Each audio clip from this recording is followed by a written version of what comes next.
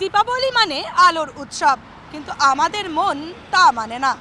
আমাদের মন মজেছে আতশবাজিতে।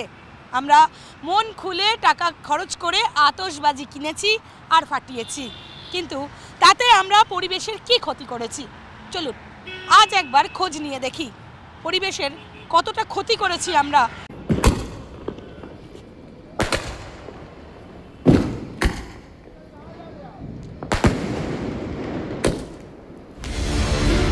দীপাবলির রাতে শব্দবাজির দাপটে শহর কলকাতায় ভয়ঙ্কর বেড়েছে দূষণ। কার্যত রেড অ্যালার্ট জারির মতো পরিস্থিতি। হিসাব বলছে বালিগঞ্জ ও বিধাননগর এলাকায় দূষণের সর্বোচ্চ মাত্রা 400 AQI এর গণ্ডি পেরিয়েছে, যা রাজধানী দিল্লিকে টেক্কা দিয়েছে। অন্যদিকে ফোর্ট উইলিয়াম, যাদবপুর এবং ধর্মতলায় দূষণের মাত্রা ছিল যথাক্রমে 120, 220 এবং 250।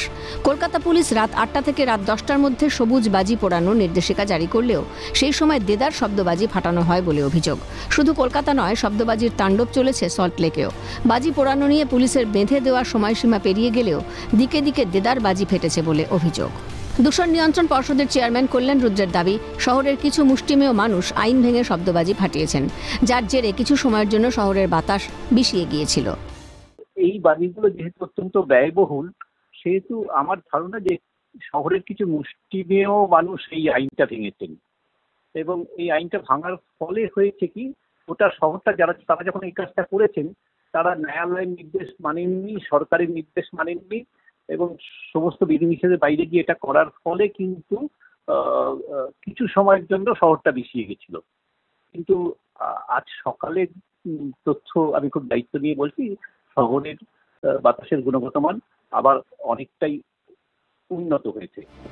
পরিবেশবিদ সৌমেন্দ্র মোহন ঘোষের মতে, সবাই একসঙ্গে আতশবাজি পোড়ানোর ফলে তার ধোঁয়া বাতাসে মিশে বাতাসকে ভারী এবং দূষিত করেছে, যার জেরে শহর কলকাতায় দূষণের মাত্রা বেড়েছে। তো যখন সবাই একসাথে ফাটাচ্ছে, সেই বাতাসটা ভারী হয়ে থাকছে, সেটা আর বেরোতে পারছে না। যেহেতু কলকাতাটা একটা গ্যাস চেম্বারে পরিণত হয়েছে, বাতাসটা বেরোতে পারছে না, যেহেতু হাওয়ার গতিবেগ এমন কিছু ছিল না।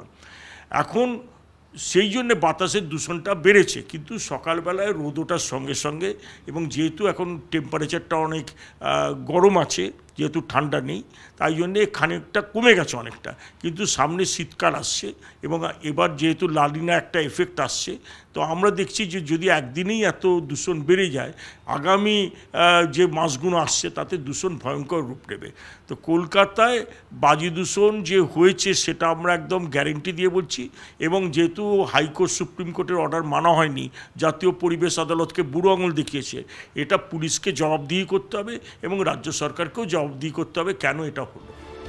যদিও কলকাতার পুলিশ কমিশনার মনোজ ভার্মার দাবি, গত বছর থেকে এবং অন্যান্য মহানগরের তুলনায় কলকাতার শব্দ দূষণ এবং বায়ু দূষণ অনেক কম।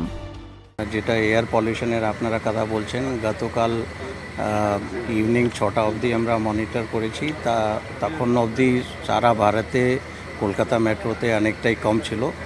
অ্যান্ড রাত্রি 10টা আর 12টার রিপোর্ট আমরা দেখে অ্যানালাইসিস করব, কিন্তু আমার যতটুকু ধারণা আছে, আমরা তো বিভিন্ন জায়গায় ঘুরেছি, শব্দ দূষণ বা বায়ু প্রদূষণ কম্পারেটিভলি গত বছর থেকে অ্যান্ড কম্পারেটিভলি বাকি যত মেট্রো বা বড় সিটি আছে ওখান থেকে অনেক কম আছে। দামি বাজির ভারাক্রান্ত করে বায়ুকে বেশি। যেসব বাজি জেনারেটর টাইপ ওপরে উঠে বেশিক্ষণ ধরে ফাটে, সেই ধরনের আতশবাজিতে আশঙ্কা বেশি বায়ু দূষণ হবার। আবার বলা হচ্ছে কয়েকটি পকেট এরিয়ায় বায়ু দূষণ বাড়ছে, সেখানে দেখা যাচ্ছে এই ধরনের দামি বাজি পুড়ছে, তাই বায়ু দূষণ বাড়ছে, এমনটাই অনেকেই বলছেন। আবার অনেকে বলছেন গ্রিন ক্র্যাকার্সেরও যে শব্দ দূষণের মাত্রা, সেটা বাড়িয়ে দেওয়া হয়েছে পরিবেশ মন্ত্রকের পক্ষ থেকে। এই শব্দ দূষণের মাত্রা কমানোর প্রয়োজনীয়তা রয়েছে এবং সচেতন হবার প্রয়োজনীয়তা রয়েছে আমার আপনার প্রত্যেকের। নিয়মকানুনকে বুড়ো আঙুল দেখিয়ে শহরে যেভাবে আতশবাজি পোড়ানো হয়েছে তা নিয়ে উঠছে প্রশ্ন। ক্ষণিকের আনন্দের জন্য আমরা কি আমাদের ভবিষ্যৎকে অন্ধকারের দিকে ঠেলে দিচ্ছি না? কিছু মানুষের অবিবেচক আচরণ কি আমাদের পরিবেশকে বিষিয়ে দিচ্ছে? প্রশ্ন ওয়াকিবহাল মহলের। ক্যামেরায় নিখিল দাসের সাথে অভিরূপা হাজরা, ক্যালকাটা নিউজ।